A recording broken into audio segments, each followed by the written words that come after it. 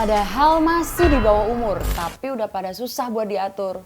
Untuk adik-adik jangan sok-sokan ya bawa kendaraan, kalian itu masih belum memenuhi persyaratan. Ingat, Operasi Patuh 2022 digelar.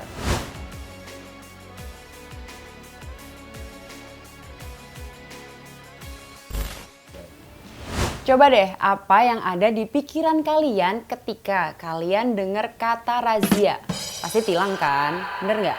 Atau, banyak banget nih polisi yang ada di jalanan. Ya nggak? Gimana ya, mana belum punya SIM? Ya kenapa nggak bikin SIM? Belum cukup umur? Untuk kalian yang masih di bawah umur atau ini misalnya belum 17 tahun, nggak dibenarkan bawa kendaraan bermotor sendiri. Buat adik-adik yang lagi seneng-senengnya nih bawa kendaraan, kalian harus tahu. Korlantas Polri yang mempunyai peran sentral dalam keselamatan berkendara sedang menggelar Operasi Patuh 2022.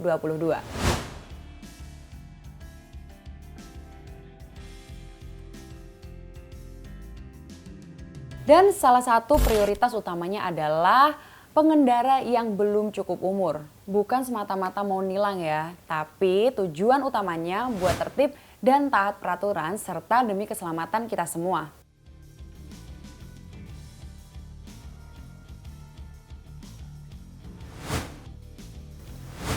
Emang kenapa sih Kak? Motor-motor kita, yang kredit juga bapak kita. Nih, liatin nih kalau bandel nggak mau dikasih tahu, oke? Bocah kelas 6 SD warga Kelurahan Ngegong, Kecamatan Manguharjo, Kota Madiun tewas usai mengalami kecelakaan. Ia menabrak mobil di Jalan Raya Ring Road Kota Madiun pada Rabu sore. Dava, teman korban, menuturkan saat kejadian, Kiki nekat mencoba mengendarai sepeda motor metik di Jalan Ring Road yang sedang ramai kendaraan. Tak berselang lama terdengar suara keras benturan sepeda motor korban dengan sebuah mobil. Kiki tewas di lokasi sementara mobil yang terlibat kecelakaan melarikan diri.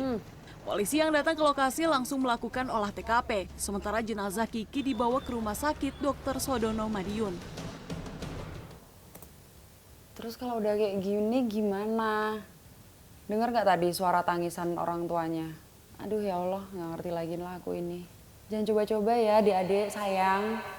Aduh ya ampun. Gimana kalau udah kayak gitu? Siapa yang mau nanggung dan siapa yang mau jawab? Sebenarnya sih seharusnya yang menjadi atensi itu adalah orang tuanya. Ketika orang tua tidak memberikan izin, maka anak tersebut juga tidak akan membawa kendaraan, mengingat dia masih di bawah umur. Bisa-bisa ditegur sama bapak polisi di jalan. Pemandangan anak-anak di bawah umur yang mengendarai sepeda motor akhir-akhir ini memang sering terlihat di jalan raya. Dan salah satu dari mereka ada dua bocah yang terekam di video viral ini. Iya nanti om anterin. Mau takut, saya takut. Sama siapa? Takut, maaf. Iya. Ya, sekali.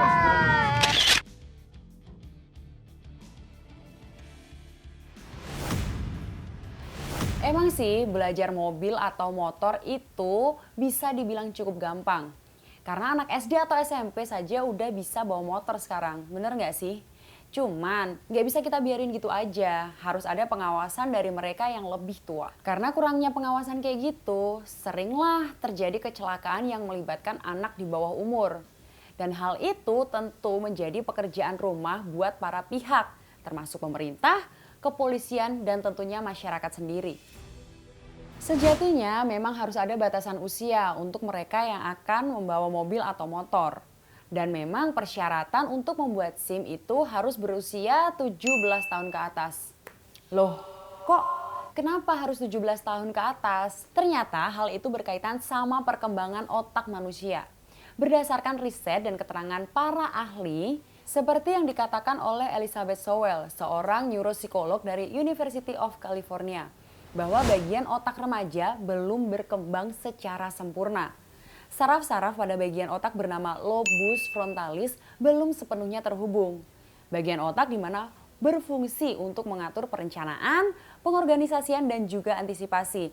Ini merupakan 3 hal yang penting banget saat seseorang membawa kendaraan. Studi yang lain juga bilang jika saraf-saraf di bagian lobus frontalis baru akan lengkap sampai seseorang berusia di pertengahan 20-an. Nah, hal itu juga yang menjadi penjelasan kenapa remaja sering banget kelihatan ngeselin dan egois ketika berada di jalan raya.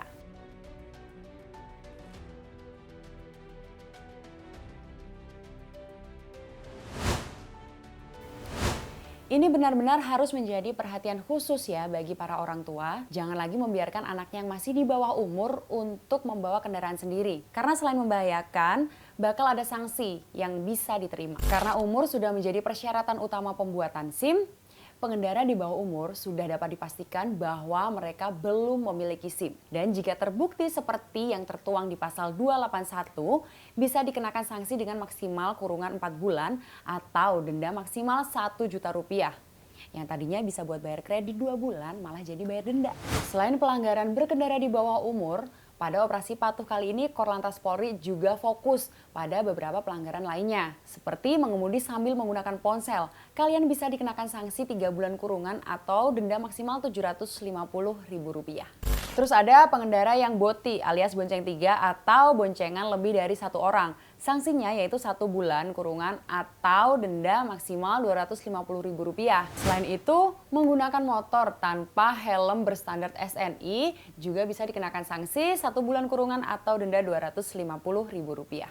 Gak make sabuk pengaman saat bawa mobil juga bisa dikenakan 1 bulan kurungan atau denda Rp250.000. Dan yang lebih bahaya nih kalau berkendara dalam pengaruh alkohol.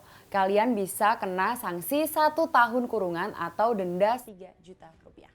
Dan lebih parah lagi jika sampai kecelakaan dan ada korban jiwa.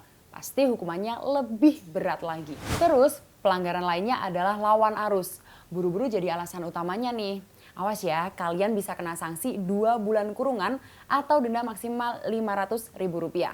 Dan satu lagi adalah melebihi batas kecepatan. Kalian juga bisa kena kurungan 2 bulan atau denda Rp500.000.